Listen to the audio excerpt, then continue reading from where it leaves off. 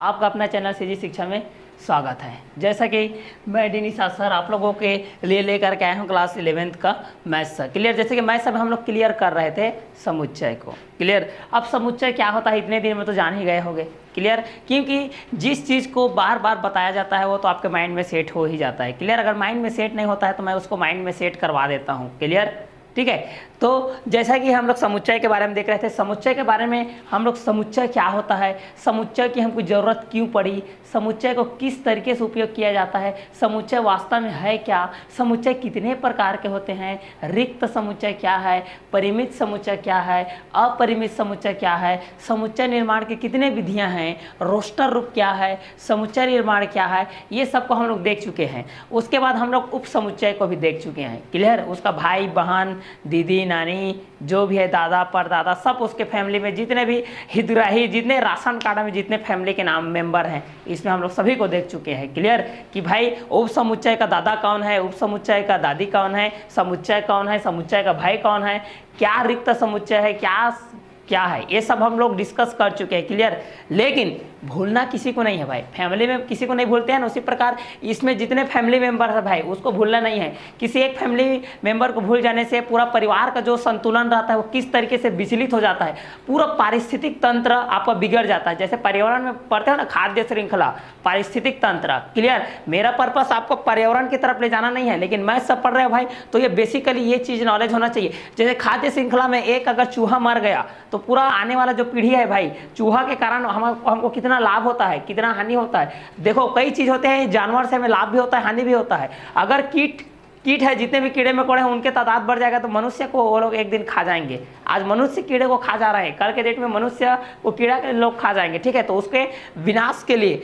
उसको खाद्य के रूप में उसको करने के लिए क्या है, टिड्डा है आपका, टिड्डे को खाने के लिए सांप है, जो भी है क्लियर। तो सभी जिनका पारिस्थितिक संतुलन वो लोग अपने आप में मेंटेन करके रखे रहते हैं। मेरा मूवमेंट आप लोगों के माइंड को पर्यावरणीय संतुलन की तरफ ले जाना नहीं है, बताने का पर्पस मेरा यही है कि आपको किसी को नहीं भूलना है भाई। रिक्त समुच्चय का जो महत्व है उसको रिक्त समुच्चय के अंतर्गत रखना है और जो उप समुच्चय का है उसको उप समुच्चय के अंतर्गत रखना है। एक इंसान को भूल जाएगा, लेकिन यहाँ पर आप समुच्चय उप समुच्चय को नहीं भूलेगा, न ही उप समुच्चय समुच्चय को भूलेगा क्लियर। क्योंकि परिवर्तन ही संसार का नियम है, परिवर्तनशील चल रहा है क्लियर। लेकिन आपको परिवर्तन होना है, आपको किस तरीके का परिवर्तन होना है, आपकी जो मेंटेलिटी है उसको आपको बदलना है क्लियर। आपको पॉजिटिविटी की तरफ जाना है, नेगेटिविटी से दूर रहना है क्लियर। आपको जितने भी जैसे आपके गुड हैबिट्स हैं उसको आप लोग कल्टीवेट करते जाते हैं, बढ़ाते जाते हैं, जितने भी बैड हैबिट है उसको आप लोग डिलीट करते जाते हैं। उसी प्रकार यहाँ पर देखिए, अब ये नहीं कि भाई समुच्चय क्या है उप समुच्चय क्या है, ऐसा नहीं है वैसा नहीं है, ऐसा वाला नहीं ना क्लियर। तो सभी को मेंटेन करके चलिए, क्योंकि बेसिकली बात करने का पर्पस यह है कि डायरेक्ट चैप्टर स्टार्ट करने में मजा नहीं आता है, तो थोड़ा गपशप थोड़ा मस्ती मजाक थोड़ा बातचीत हो जाता है। तो टॉपिक क्या है भाई, इंटरेस्ट क्या है, ललक क्या है, उत्साह क्या है, उमंग क्या है, जोश क्या है, ये सब पता चलता है क्लियर। तो चलिए इसी के बेस पे हम लोग देखेंगे आज का क्वेश्चन नंबर 6। निम्नलिखित समुच्चय के सभी उचित समुच्चय को लिखना है भाई। इसके उचित समुच्चय को आपको लिखना है। इसमें कितने उचित समुच्चय है आपको देखकर ही पता चल गया होगा, देखकर ही पता चल गया कि इसके उचित समुच्चय क्या है। जितना उप समुच्चय पहले था आपका उप समुच्चय था उसमें हम लोग अवयव को देखते थे। अवयव जैसे कि ए बी सी है भाई, तो ए बी के साथ बैठता है तो ए सी के भी साथ बैठता है। लेकिन बी वाला भी तो चाह रहा है भाई मैं भी क्लास ए के साथ बैठूं, मैं भी सी के साथ बैठूं, वही क्यों बैठेगा भाई, मैं क्यों नहीं बैठ सकता या मैं क्यों नहीं बैठ सकती, ऐसा सिद्धांत क्लियर। तो यहाँ पर हमको केवल उस वाले सिद्धांत को नहीं जाना है, हमको जाना है यहाँ पर केवल और केवल उचित समुच्चय। यहाँ पर आपके पास दो दिख रहे हैं, दो अवयव दिख रहे हैं इस तरीके से।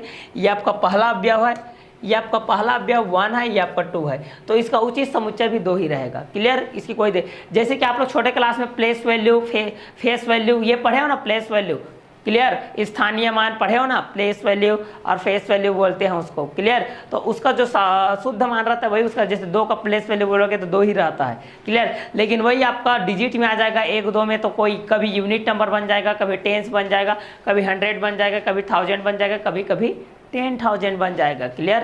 तो आज हम लोग क्लियर करेंगे इसके निम्नलिखित समुच्चय को, सभी उप समुच्चय को लिखिए। तो यहाँ पर इसका उप समुच्चय में आपका आंसर में लिखोगे 1 और 2, केवल 2 ही इसका रहेगा उचित के रूप में क्लियर। इसको हमको 1 2 2 1 या ऐसा टाइप से नहीं लिखना है इसको क्लियर। तो ये रहेगा आपका 1 और 2। तो ये था आप लोगों का निम्नलिखित समुच्चय के सभी उचित समुच्चय के लिए पहला क्वेश्चन। क्लियर। चलिए इसी के बेस पे हम लोग से अगला क्वेश्चन को देखते हैं। उप समुच्चय में क्या था, हम लोग क्या लिखते थे, जैसे कुछ में उप समुच्चय में ये था ए बी सी है भाई, तो पहला तो 5 लिखते थे, उसके बाद ए को अलग करते थे, फिर बी को अलग करते थे, फिर सी को अलग करते थे, ऐसा अलग करते थे। फिर ए को हम लोग बी के साथ बिठाते थे, ए को सी के साथ बिठाते थे, फिर बी को सी के साथ बिठाते थे, फिर क्या करते थे ए बी सी ऐसा लिखते थे। क्लियर। तो ये 1 बाय ये बढ़ते जा रहा था। इसमें ये सबको अवयव को हम लोग इस तरीके से अलग अलग करके लिख सकते हैं, लेकिन इसमें केवल उचित को लिखना है जो सार्वत्रिक हो। तो यहाँ पर 1 है और 2 ही है। क्लियर। तो यहाँ पर आंसर में लिखोगे आप लोग 1 और 2। क्लियर। तो ये है आपका क्वेश्चन नंबर 6 का फर्स्ट का आंसर। चलिए आगे बढ़ते हैं हम लोग, इसी के बेस पे देखते हैं नेक्स्ट क्वेश्चन हमारा क्वेश्चन नंबर 2। इसके बाद भाई 1 2 3। क्लियर। 1 2 3 आ गया भाई 1 और 2 और 3 आ गया।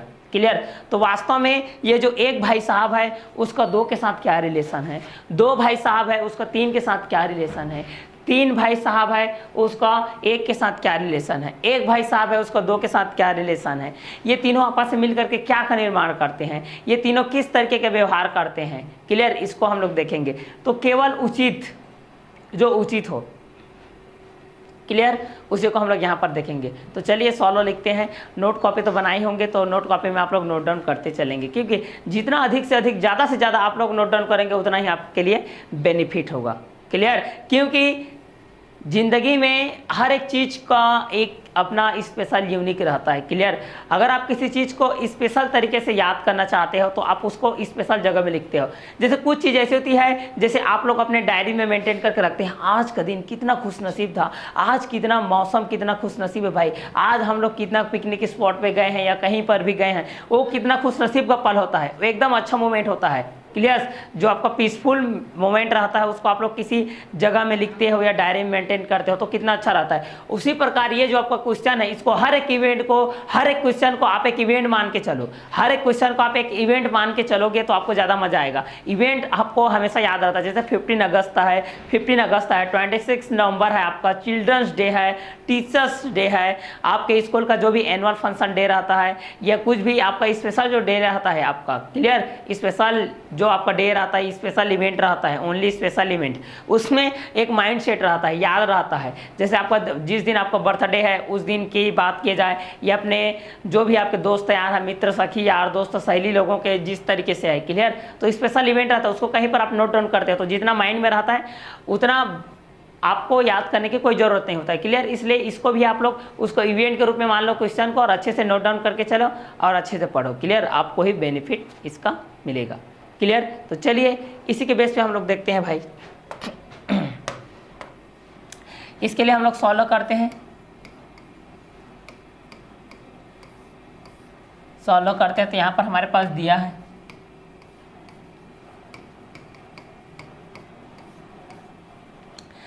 पहला ये कर्ली ब्रैकेट दिया है आपका 1 2 3।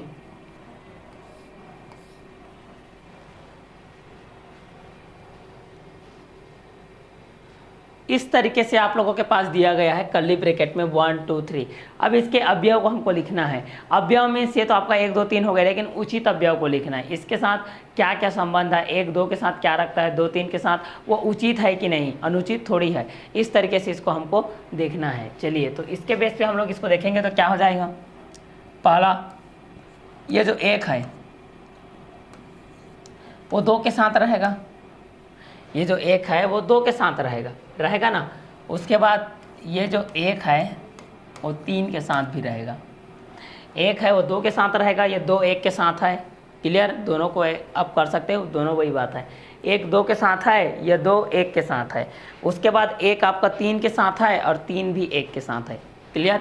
जैसे 1 है आपका वो 2 के साथ है और 2 भी किसके साथ है आपका 1 के साथ है।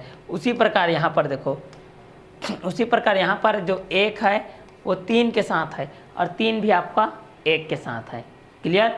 1 आपका 2 के साथ है और 1 भी आपका किसके साथ है 3 के साथ है। क्लियर। तो यहाँ पर आपका 1 का 2 के साथ रिलेशन हो गया, 1 का 3 के साथ हो गया। उसके बाद आपका लास्ट है आपका यहाँ पर वो कितना हो जाएगा, 2 3 के साथ भी हो जाएगा, क्योंकि यहाँ पर 2 तो 1 का 2 के साथ हो गया है, 3 भी 1 के साथ रिलेशन रख चुका है, लेकिन 2 3 के साथ नहीं रखा है, तो यहाँ पर कितना आएगा, 2 आएगा, और यहाँ पर कितना आएगा, 3 आएगा।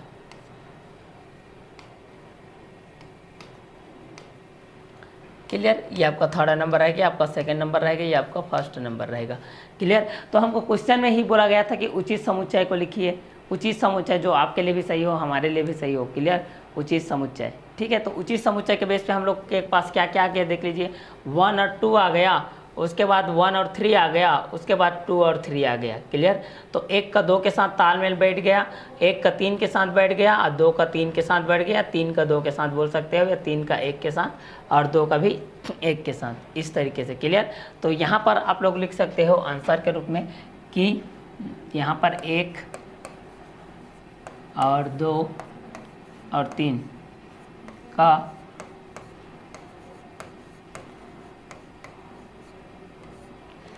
उचित समुच्चय, उचित उपसमुच्चय,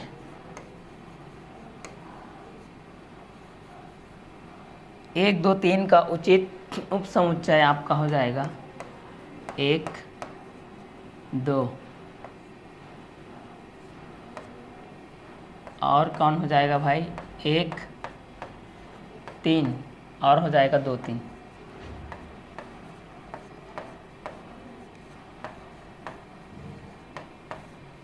ये आपका आंसर रहेगा। अब यहाँ पर सभी एक ना एक के साथ जुड़े ही हैं, देखिए किसी न किसी के साथ यहाँ पर ये जुड़े ही हैं। 1 2 के साथ है, 1 3 के साथ है, 2 3 के साथ है, या 3 2 के साथ है, या 3 1 के साथ है, या 2 1 के साथ है, ऐसा बोल सकते हो आप लोग। क्लियर, जैसे यहाँ पर है आपका 1, ये जो 1 है वो 2 के साथ है, या 1 3 के साथ है, या 2 3 के साथ है। यहाँ पर 2 तरीके से हैं ये। क्लियर, अब चलिए देखते हैं अगला क्वेश्चन को, इसी के बेस पे हम लोग देखते जाते हैं इसको। क्लियर, ये तो हो गया हमारा 2 क्वेश्चन।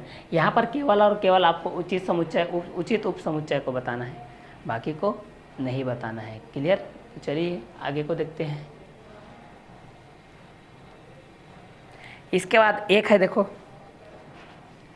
1 ही है, 1 है मतलब यहाँ पर इसके पास अवयव भी नहीं है, 1 ही अवयव है आपका। तो माइंड कीजिए क्या आएगा इसका आंसर, आप लोग भी माइंड कीजिए। क्लियर, इसके बाद इसको माइंड कीजिए, ठीक है। तो इसके बाद हम लोग इसको सॉल्व करेंगे तो क्या आएगा,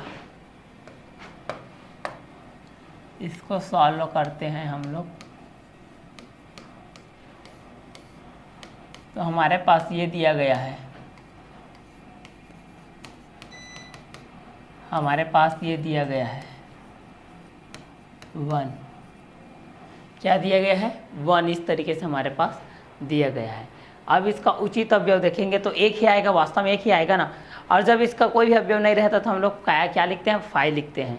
तो यहाँ पर तो अवयव की बात करेंगे तो केवल आपके पास 1 ही अवयव है, इसके साथ किसी का अटैचमेंट नहीं है, न तो 1 का 2 के साथ है, न 2 का 3 के साथ है, न 3 का 4 के साथ है, न 4 का 5 के साथ है, न 5 का 6 के साथ है, न 6 का 7 के साथ है। यहाँ पर किसी के साथ किसी का भी संबंध नहीं है, ये केवल अकेला है आपका, 1 ही अवयव है यहाँ पर। मतलब 1 मीन्स 1 होता है, 1 मीन्स क्या होता है आपका, 1 ही होता है। क्लियर, तो यहाँ पर आपका जो अवयव रहेगा वो केवल 1 ही रहेगा। क्लियर, तो यहाँ पर ध्यान दीजिएगा, इसकी तुलना हम लोग नहीं कर सकते किसी के साथ, क्योंकि इसके बगल में ना तो कोई भी संख्या नहीं है, कोई भी संख्या इसके बगल में आपका नहीं है। तो इसमें जो आपका आंसर आएगा वो आपका केवल और केवल 1 ही आएगा, बाकी इसमें नहीं आएंगे आपके। क्लियर, तो इस थर्ड क्वेश्चन का आंसर में केवल और केवल आपका 1 ही आएगा, यही आपका आंसर रहेगा। क्लियर, 1 ही आपका आंसर रहेगा, इसके बेस पे और कोई आपका नहीं आएगा। क्लियर, निम्नलिखित को अंतराल के रूप में लिखिए। मतलब अंतराल ये कहाँ से कहाँ तक बिलोंग कर रहा है, आपका x कहाँ से कहाँ तक बिलोंग कर रहा है। मतलब x का वैल्यू आपका निम्नतम क्या है, उच्चतम क्या है, उसका वैल्यू आपका पॉजिटिव में है कि नेगेटिव में है, कि किस तरीके से, ये तो नेगेटिव है कि पॉजिटिव है, इस तरीके से। क्लियर, तो यहाँ पर आपका जो भी छोटे क्लास में आप लोग पढ़े थे, जो भी ग्रेटर देन, इक्वल देन और लेस देन, यही वर्ड आपका आएगा। क्लियर, यहाँ पर चीज आता है आपका नॉर्मल वे पे, आपका इस तरीके से चीज आता है, लेस देन इक्वल देन या greater than equal than. Clear, ये आपका है लेस देन, ये है आपका greater than. Equal than, equal भी है बराबर भी है, ये भी इक्वल भी है और बराबर भी है। क्लियर। तो यहाँ पर दो चीज़ों का ज़्यादा उपयोग होगा, लेस देन का, ग्रेटर देन का, और लेस देन इक्वल देन और ग्रेटर देन इक्वल देन का। क्लियर। तो यहाँ पर हम लोग देखते हैं कि वास्तव में जो एक का अंतराल है वो किसके किसके बीच में, मतलब एक कहाँ से कहाँ तक किस किस नंबर के बीच में आपका बिलोंग कर रहा है। क्लियर। तो चलिए इसी के बेस पे देखते हैं हम लोग हमारा फर्स्ट क्वेश्चन हमारा देखिए, इसके लिए सॉल्व करते हैं।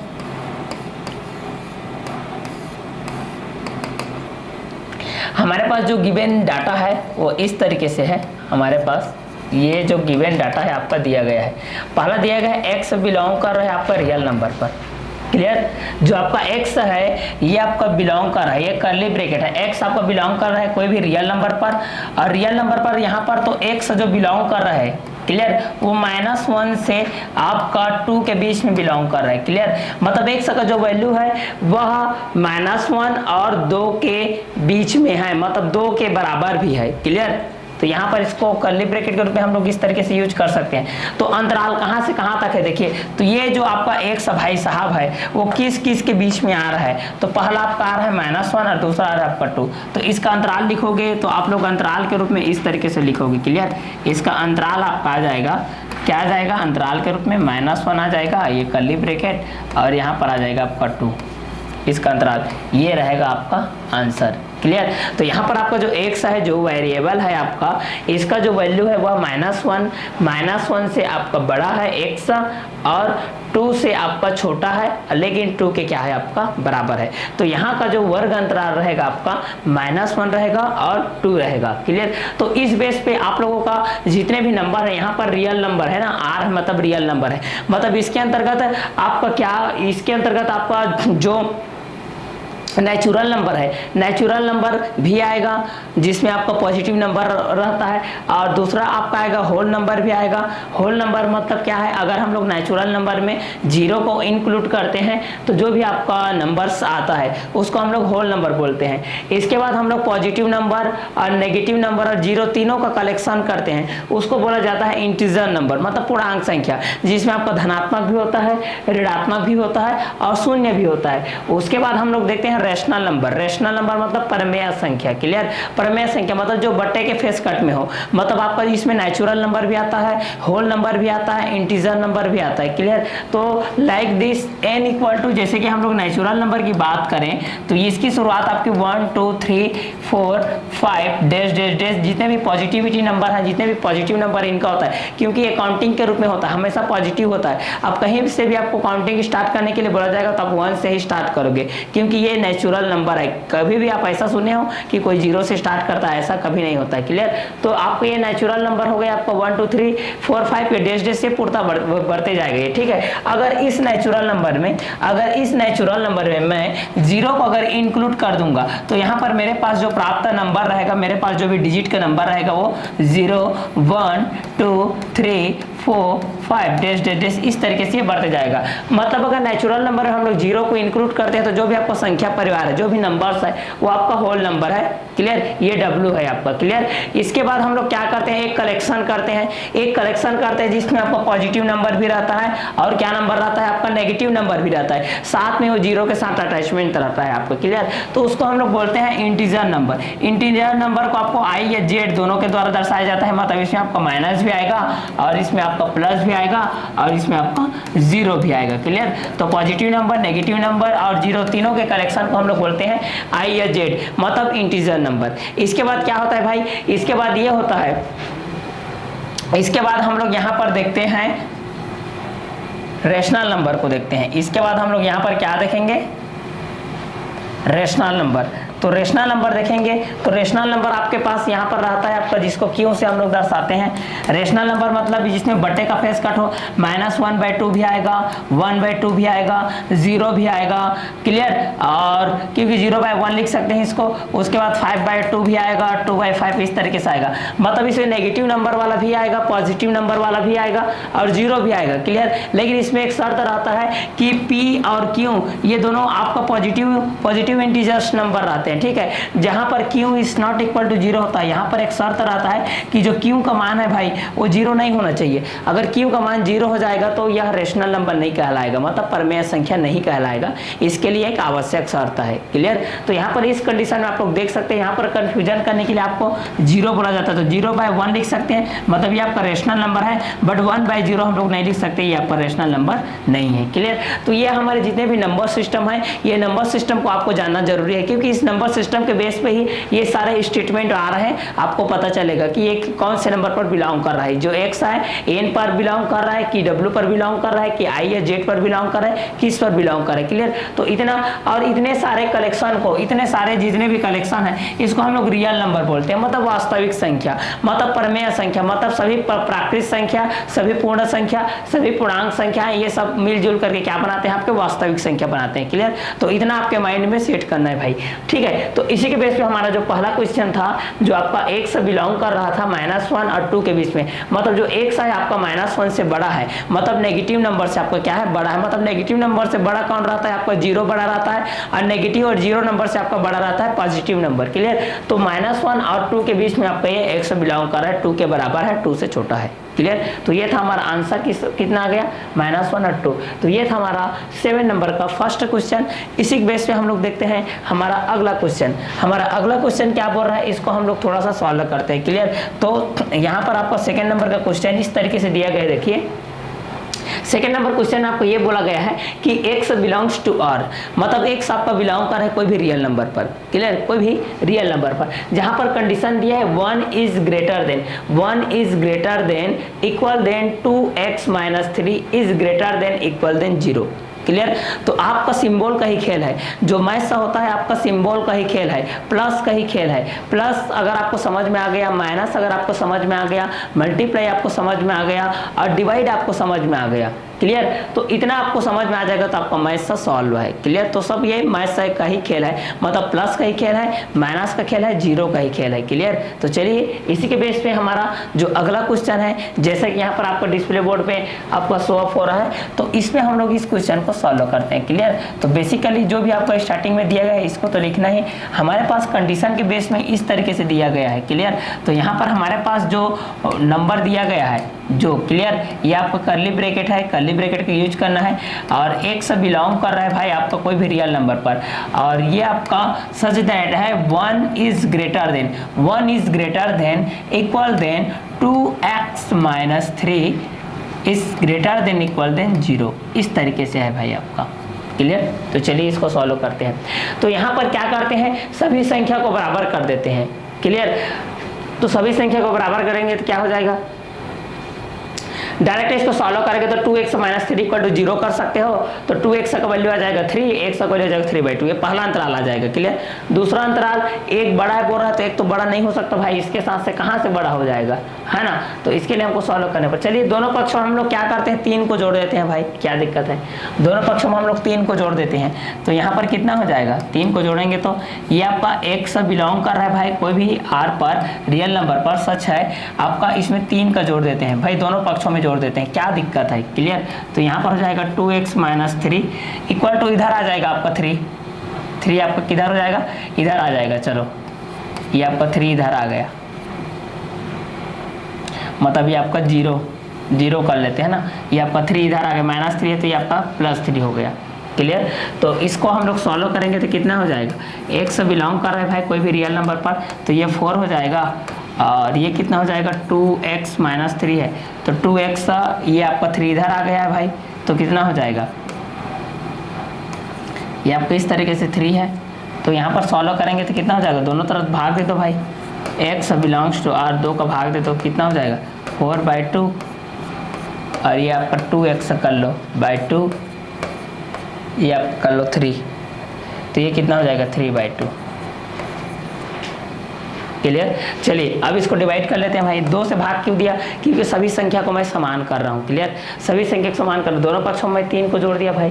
दोनों पक्षों में पहला क्या किया, 3 को जोड़ दिया तो 0 था, तो ये -3 इधर आकर के क्या हो गया आपका +3 हो गया।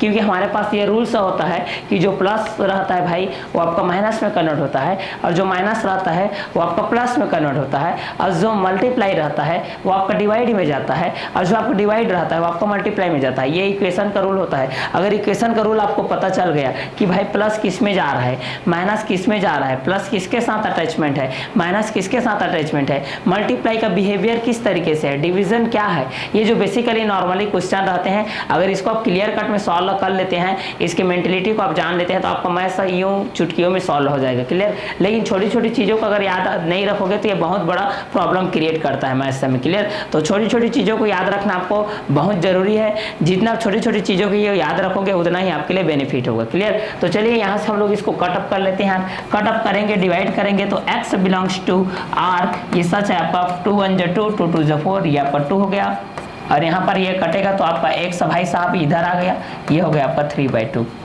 क्लियर। तो यहाँ से हम इसको क्रम से लिखेंगे तो क्या हो जाएगा, अगर इसको हम लोग क्रम से लिखेंगे तो 3/2 हो जाएगा, और ये आपका x हो जाएगा, और ये हो जाएगा आपका 2, x बिलोंग्स टू हो जाएगा आपका r। क्लियर।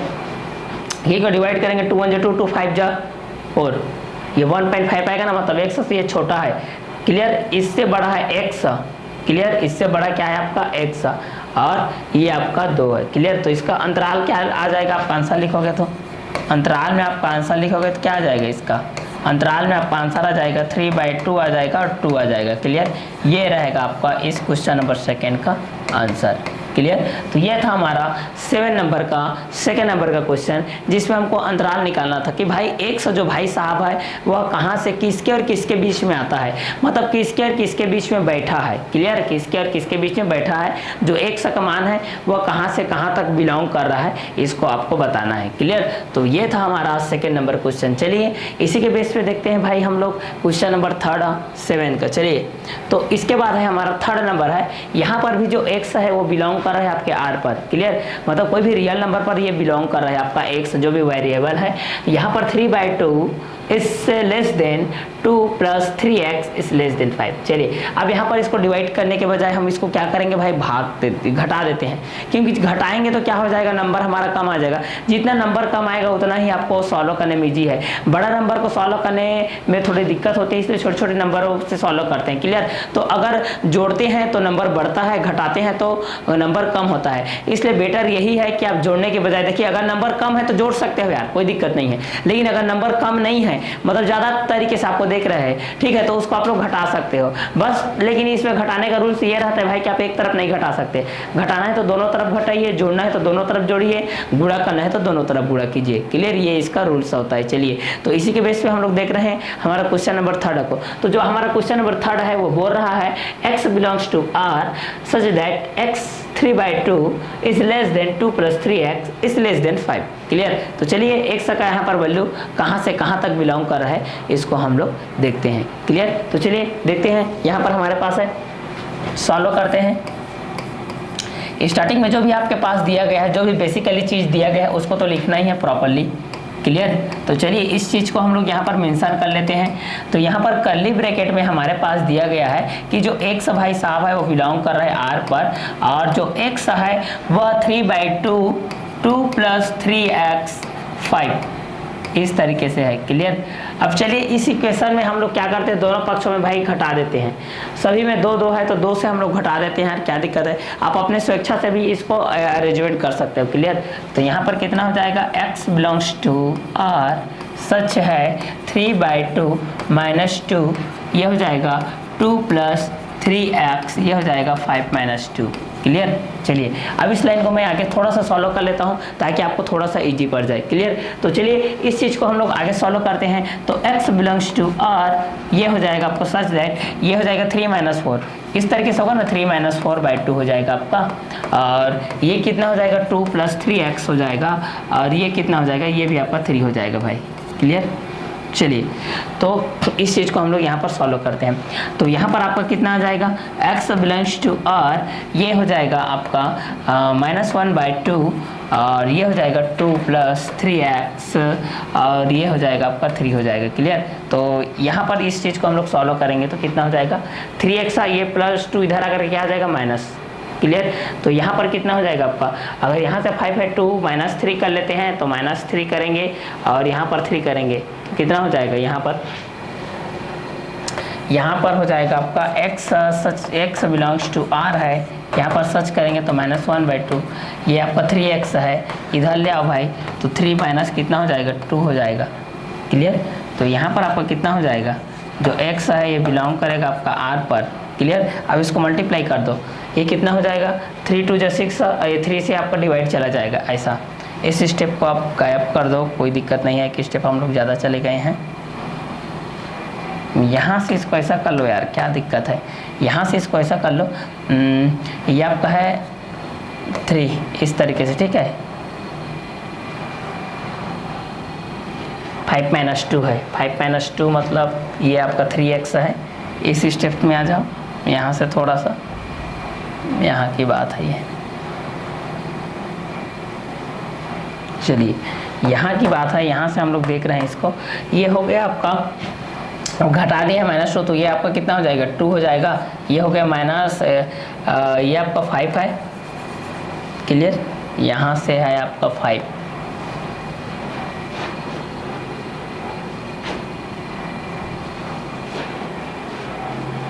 चलो जैसे कि हम लोग देख रहे थे क्वेश्चन नंबर 3 को, क्वेश्चन नंबर 3 है आपका, तो इसको हम लोग सॉल्व कर लेते हैं। सॉल्व करेंगे तो x बिलोंग्स टू है आपका r, 3/2 है और ये है 2 + 3x लेस देन है आपका 5। क्लियर। तो चलिए दोनों पक्षों में हम लोग 2 को हटा देते हैं भाई, इस तरीके से है आपका। क्लियर। तो यहाँ से हम लोग घटाएंगे तो क्या हो जाएगा, x belongs to r such 3/2 - 2 is less than 2 + 3x is less than 5। Clear. चलिए इस चीज़ को हम लोग आगे सॉल्व करेंगे, तो आगे सॉल्व करेंगे तो कर्ली ब्रैकेट आ जाएगा x belongs to r such 3 - 4/2 is 2 हो जाएगी, ये आपका 3x हो जाएगा, एस लेस देन 5 - 2 इस curly bracket close. Clear. Now curly bracket x belongs to r such -1/2 is less than 3x is less than 3। Clear. अब चलिए ये 3x से इसको हम लोग डिवाइड कर देते हैं भाई, तो कितना हो जाएगा, मतलब मल्टीप्लाई हो जाएगी, इसके साथ इसका अटैचमेंट मतलब क्या हो जाएगा, मल्टीप्लाई तो होगा ना। तो x belongs to r is such -1/3 2 कितना हो जाएगा 6, 3x इससे डिवाइड करेंगे तो कितना हो जाएगा आपका x बिलोंग्स टू 1 हो जाएगा ये। क्लियर। तो आपका x बिलोंग कर रहा है किस पर, देखिए -1/6 से 1 तक। क्लियर। तो यहाँ पर आपका जो आंसर आएगा अंतराल का, क्लियर, यहाँ पर जो आपका आंसर आएगा अंतराल का, उसका आंसर आएगा -1/6 और 1, ये रहेगा आपका आंसर।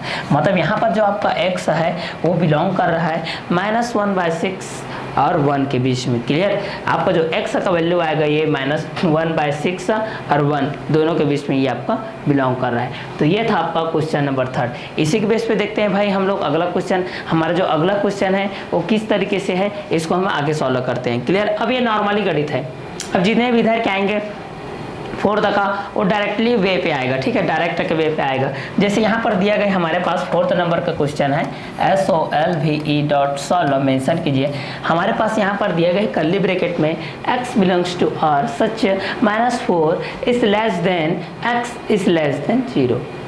क्लियर। मतलब जो x है वो बिलोंग कर रहा है आपके -4 और 0 के बीच में। जी बिल्कुल। मतलब क्या होता है, हम लोग एक नंबर लाइन पढ़े हैं इस तरीके से, एक नंबर लाइन पढ़े हैं। एक प्रीवियस क्लास में जाते हैं हम लोग, थोड़ा सा प्रीवियस क्लास की तरफ मूव कर लीजिए आप लोग 6 7 8 की तरफ। 6 7 8 में जब आप लोग पढ़ रहे थे तो एक नंबर लाइन पढ़े थे।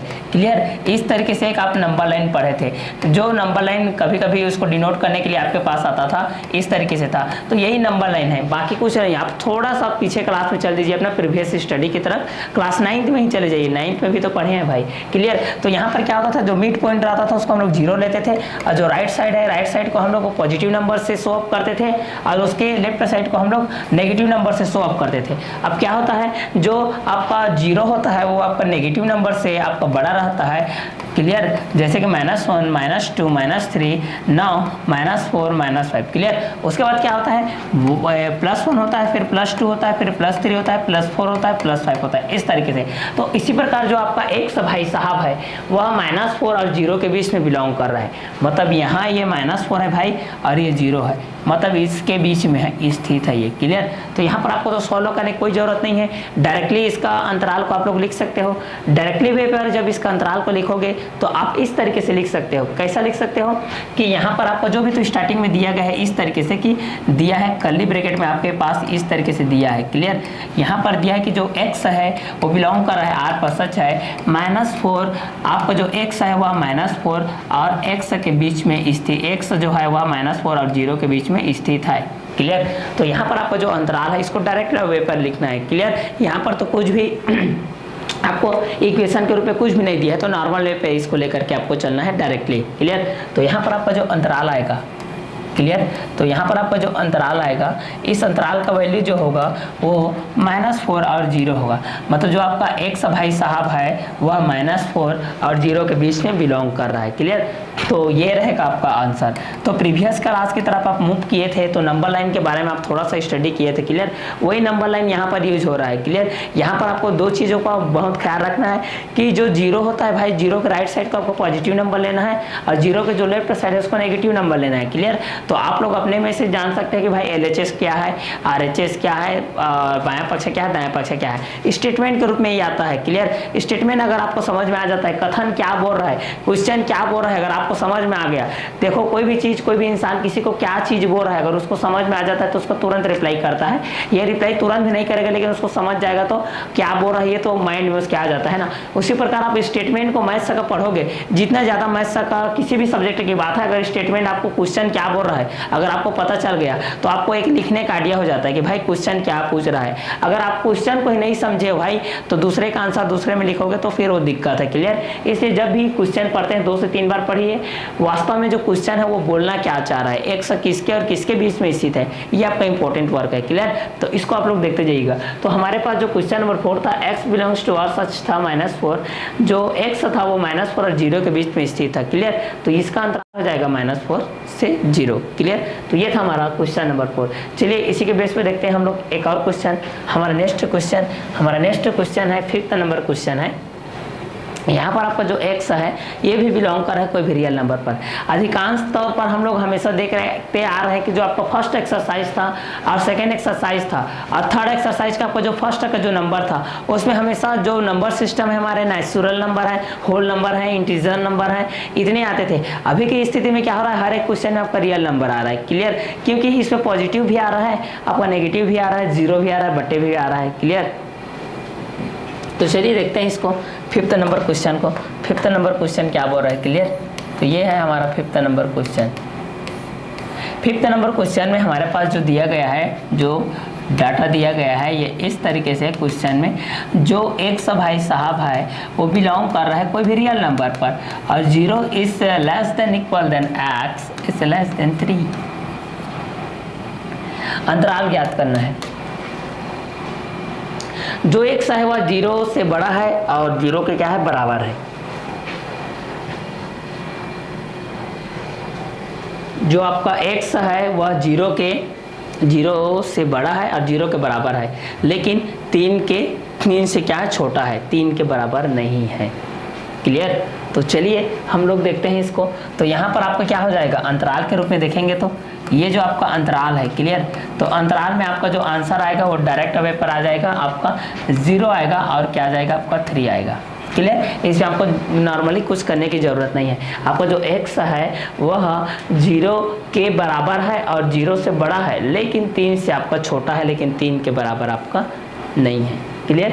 तो ये था हमारा क्वेश्चन नंबर 5th। इसमें भी आपको जो x है पॉजिटिव नंबर पे बिलोंग कर रहा है कि नेगेटिव नंबर पे बिलोंग कर रहा है, कि पॉजिटिव और नेगेटिव दोनों के बीच में है, कि पॉजिटिव के बीच में है, कि नेगेटिव के बीच में है, इसको आपको थोड़ा सा केयर करना है। तो क्वेश्चन का स्टेटमेंट किस तरीके से दिया जा रहा है इसको आपको थोड़ा बार बार रिपीट करके क्वेश्चन को आगे सॉल्व करना है। चलिए इसी के बेस पे देखते हैं हमारा नेक्स्ट क्वेश्चन। हमारा नेक्स्ट क्वेश्चन है क्वेश्चन नंबर 6। क्वेश्चन नंबर 6 बोल रहा है कि x belongs to r such है two x is belongs to, यहाँ पर है आपका x बिलोंग कर है r पर सच है आपका 2 is less than x is less than equal than 6, मतलब x किसके और किसके बीच में आपका बिलोंग कर रहा है, मतलब x का जो मान है वह कहाँ से स्टार्ट है भाई और कहाँ पर ख़त्म है और किसके बीच में स्थित है, इसको बताने के लिए बोल रहा है, क्वेश्चन बोल रहा है। ठीक है, इसको मैं नहीं बोल रहा हूँ, छत्तीसगढ़ माध्यमिक शिक्षा मंडल बोल रहा है। क्लियर, तो चलिए भाई इस चीज़ को हम लोग सॉल्व करते हैं। स्टार्टिंग में जो भी बेसिकली दिया गया है उसको तो आपको लिखना ही है।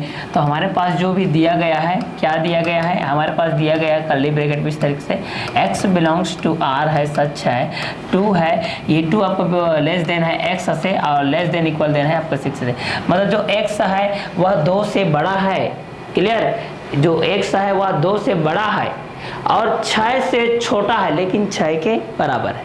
क्लियर, तो चलिए यहाँ पर आपका जो अंतराल आएगा वो क्या आएगा देखते हैं। चलिए ठीक है, तो यहाँ पर जो आपका अंतराल आएगा स्टार्टिंग में क्या है भाई, हमारा जो अंतराल है वो 2 है। क्लियर, 2 है और क्या है 6 है, ये रहेगा आपका आंसर। इसमें डायरेक्ट वे पर लिखना है आपको। क्लियर, इसमें कोई सॉल्व करने की आपको ज़रूरत नहीं है। क्लियर, तो x का जो वैल्यू आ गया वो यहाँ पर आपका आ गया 2 और 6। क्लियर, मतलब इसका जो अंतराल है वो आपका क्या है 2 है और क्या है आपका 6 है। चलिए आगे देखते हैं। आगे हमारा क्वेश्चन नंबर 7 है। क्वेश्चन नंबर 7 क्या बोल रहा है देखिए, यहाँ पर भी जो आपका क्वेश्चन नंबर 7 है वो बोल रहा है x belongs to r such -5 is less than equal than x is less than equal than 2, मतलब जो आपका x है वह -5 और 2 के बीच में बिलोंग कर रहा है। क्लियर, मतलब इसके बीच में स्थित है, क्योंकि आपका जो नेगेटिव नंबर रहता है, नेगेटिव नंबर से आपका बड़ा होता है 0 और नेगेटिव नंबर और 0 दोनों से बड़ा होता है आपका पॉजिटिव नंबर। क्लियर, तो चलिए इसको भी हम सॉल्व कर लेते हैं। ये भी आपका आंसर डायरेक्टली वे पर आएगा। ठीक है, इसको ज़्यादा सॉल्व करने की कोई ज़रूरत नहीं है। बेसिकली जो भी चीज़ दिया गया है उसको तो लिखना ही है आपको। यहाँ पर हमारे पास जो भी दिया है कर्ली ब्रैकेट में इस तरीके से दिया है कि x बिलोंग्स कर रहा है आपके r पर सच है -5। ठीक है, जो आपका x है वो बिलोंग कर रहा है -5 से, लेस देन इक्वल देन है आपका x इस लेस देन इक्वल देन है आपका 2। क्लियर, तो चलिए यहाँ पर हमारे पास जो अंतराल आएगा, ये अंतराल आपको देख करके पता ही चल गया होगा कि इसका आंसर क्या आएगा। जी हाँ, तो यहाँ पर जो आंसर आएगा हमारा जो अंतराल है इसका जो वैल्यू है वो इस तरीके से रहेगा। किस तरीके से रहेगा भाई, इस तरीके से रहेगा, -5 हो जाएगा, -5 के बराबर है और -5 से बड़ा भी है। कौन बड़ा है, x बड़ा है और 2 के बीच स्थित है। क्लियर, तो ये है आपका अंतराल -5 से 2। x मतलब नेगेटिव नंबर -5 से बिलोंग, -5 से लेकर के -4 -3 -2 -1 0 और +1 +2 इतने के बीच में स्थित है। क्लियर, 2 से मतलब x का जो वैल्यू है वह 2 से छोटा है लेकिन 2 के बराबर है। क्लियर, तो ये था आपका 7th नंबर का क्वेश्चन। क्लियर, चलिए इसी के बेस पे देखते हैं हम हमारा अगला क्वेश्चन। ये आपका जो भी एग्जाम होता है उसमें 1-2 नंबर में एक क्वेश्चन आता है ना, ज़्यादातर 1 नंबर में एक क्वेश्चन आता है। क्लियर, तो इसको आप लोग देखते चले जाएंगे। अब है निम्नलिखित अंतरालों को समुच्चय निर्माण रूप में लिखिए। अब इसको हमको समुच्चय निर्माण के रूप में लिखना है। किसके रूप में लिखना है, समुच्चय निर्माण के रूप में लिखना है। चलिए, तो समुच्चय निर्माण के रूप में हम लोग इस तरीके से लिखेंगे तो क्या हो जाएगा भाई, एक अवयव जो दिया है तो यहाँ पर कितना हो जाएगा, कर्ली ब्रैकेट यूज करेंगे x such that x equal कितना हो जाएगा -2 और 3 है, मतलब जो आपका x बिलोंग कर रहा है भाई, x जो बिलोंग कर रहा है -2 इज लेस देन है और इक्वल देन हो जाएगा, इज लेस देन हो जाएगा आपका 3। जो x का वैल्यू है वह -2 और 3 के बीच में आपका स्थित है। क्लियर, तो ये है आपका समुच्चय निर्माण की विधि जब अवयव a दिया है आपका -2 और 3। क्लियर, तो ये था हमारा 8 नंबर का फर्स्ट क्वेश्चन। पहले क्या देता था आपको, इस तरीके का क्वेश्चन दिया रहता था, आपको ऐसा बनाना रहता था। अब ऐसा क्वेश्चन दिया है, आपको ऐसा बनाना है। क्लियर, तो ये था हमारा 8 का फर्स्ट नंबर का क्वेश्चन। नाउ सेकंड क्वेश्चन है b = 5 और 9। यहाँ पर भी आपको वही करना है भाई, कर्ली ब्रैकेट यूज कर लो, कोई दिक्कत नहीं है। इस तरीके से कर्ली ब्रैकेट यूज करो, x सच दैट x हो जाएगा और जो आपका x है वो आपको बिलोंग कर रहा है कितने पर बिलोंग, लेस देन है आपका 5 से। क्लियर, और 5 के इक्वल रहेगा, x इज लेस देन हो जाएगा आपका 9 ना। ओके, छोटा है। क्लियर। तो x का मान आपका हो जाएगा 5 से बड़ा है x का मान, लेकिन 5 के बराबर है, लेकिन 9 से क्या है, छोटा है।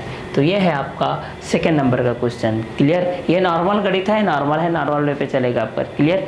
Now third is c equal to दिया है 8 और 11। तो यहाँ पर भी आप कर्ली ब्रैकेट इस तरीके से यूज करोगे। x यहाँ पर आपका जो बिलोंग कर रहा है 8 और x हो जाएगा इज लेस देन, हो जाएगा इक्वल देन कर सकते हैं, इज लेस देन 11। x का जो वैल्यू है वो 8 और 11 के बीच में स्थित है। क्लियर। जो x का वैल्यू है वो 8 और 11 के बीच में क्या है, स्थित है। चलिए इसके बाद है हमारा नेक्स्ट क्वेश्चन है 4 और 9। ये इस क्वेश्चन का लास्ट क्वेश्चन है। क्लियर। तो ये है आपको 4 और 9। तो यहाँ पर भी हो जाएगा कर्ली ब्रैकेट इस तरीके से ले लीजिए, x और x आपका बिलोंग कर रहा है यहाँ पर लेस देन है 4 से और इक्वल देना है, और यहाँ पर ये आपका 9 हो जाएगा। ये रहेगा आपका आंसर। जो x है वह 4 और 9 के बीच में क्या है, स्थित है। क्लियर। तो ये था आपका 4th नंबर का क्वेश्चन। इसके बाद के जितने भी क्वेश्चन हैं, क्लियर, इसके बाद आपका जो भी निर्माण वाला विधि है, क्लियर, समुच्चय निर्माण वाला विधि था, जो भी रोस्टर रूप वाला था, क्लियर, इसके बाद जितने भी क्वेश्चन आएंगे वो इसी के बेस पे आते जाएंगे। क्लियर। तो जैसे कि है आपका यहाँ पर है, ज्ञात कीजिए कि यदि निम्नलिखित में से प्रत्येक कथन सत्य है या असत्य है, या यदि सत्य है तो उसे सिद्ध कीजिए, यदि असत्य है तो सत्य उदाहरण दीजिए। क्लियर। तो इसको हम लोग नेक्स्ट वीडियो में क्लियर करेंगे। क्लियर।